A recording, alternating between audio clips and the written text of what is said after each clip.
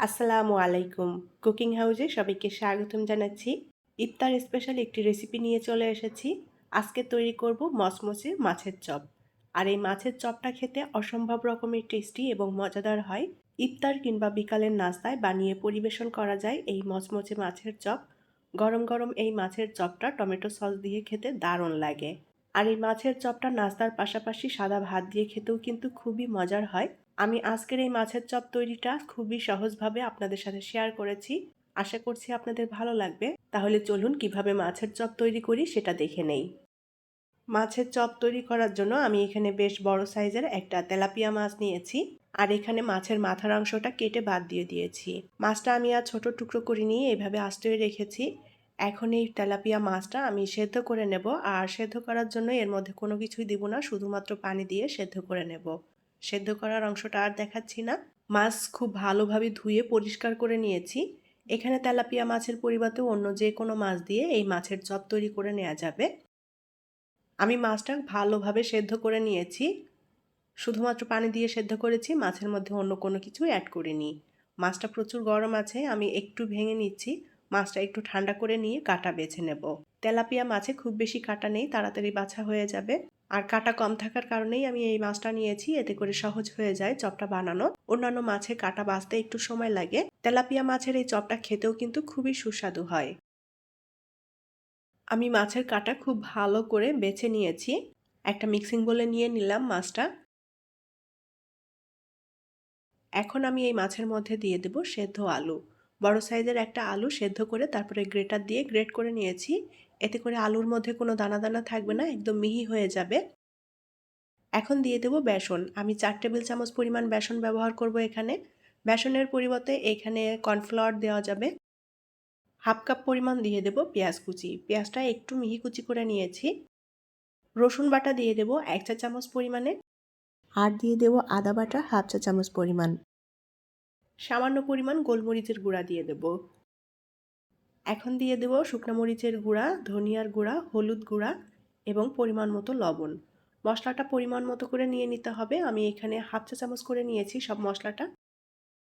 আর দিয়ে দেব আস্ত জিরা 1 চা চামচ পরিমাণ। কাঁচামরিচ কুচি দিয়ে দেব। কাঁচামরিচ টেস্ট অনুযায়ী অ্যাড করতে হবে। এখন দিয়ে দেব ধনেপাতা কুচি। একটা ডিম দিয়ে দেব এর মধ্যে। ডিমটা দিলে চপটা খেতে খুবই সুস্বাদু হবে।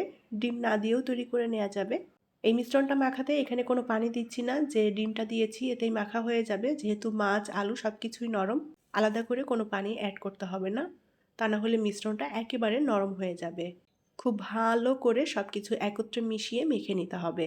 উল্টাপাল্টা করে দিয়ে সুন্দর করে মেখে নিতে হবে। যত ভালো করে মাখা হবে মিশ্রণটা, মাছের চপটা খেতেও ততটা টেস্টি হবে।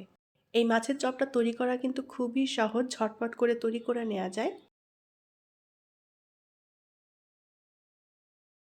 মাছের মিশ্রণটা খুব ভালো করে মেখে নিয়েছি। এখন এই মাছের মিশ্রণ থেকে অল্প অল্প করে মিশ্রণটা নিয়ে আমি এভাবে ছোট ছোট করে গোল শেপ দিয়ে চপগুলো তৈরি করে নেব। এটা যার যার পছন্দ মতো করে তৈরি করে নেওয়া যাবে। আমি চপগুলো বড় করছি না, ছোট করে তৈরি করে নিচ্ছি। চপগুলো ভাজার জন্য প্যানে পরিমাণ মতো করে তেল দিয়ে দেব। তেলটা ভালোভাবে গরম করে নিয়েছি।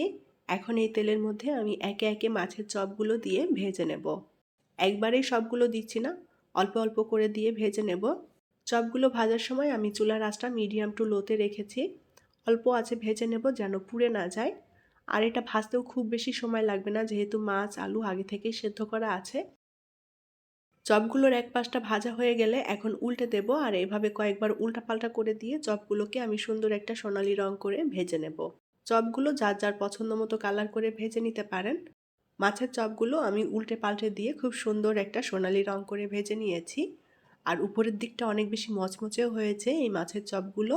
মাছের চপগুলো ভাজা হয়ে গিয়েছে। এখন তেল থেকে চপগুলো তুলে নেব।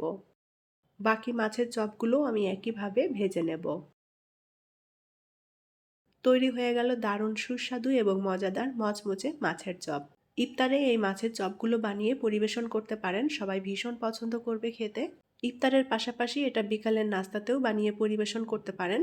এই মাছের চপগুলো গরম গরম খেতে দারুণ লাগে। মাছের এই চপটা নাস্তার পাশাপাশি ভাত কিংবা পোলাওয়ের সাথেও কিন্তু বানিয়ে পরিবেশন করা যায়।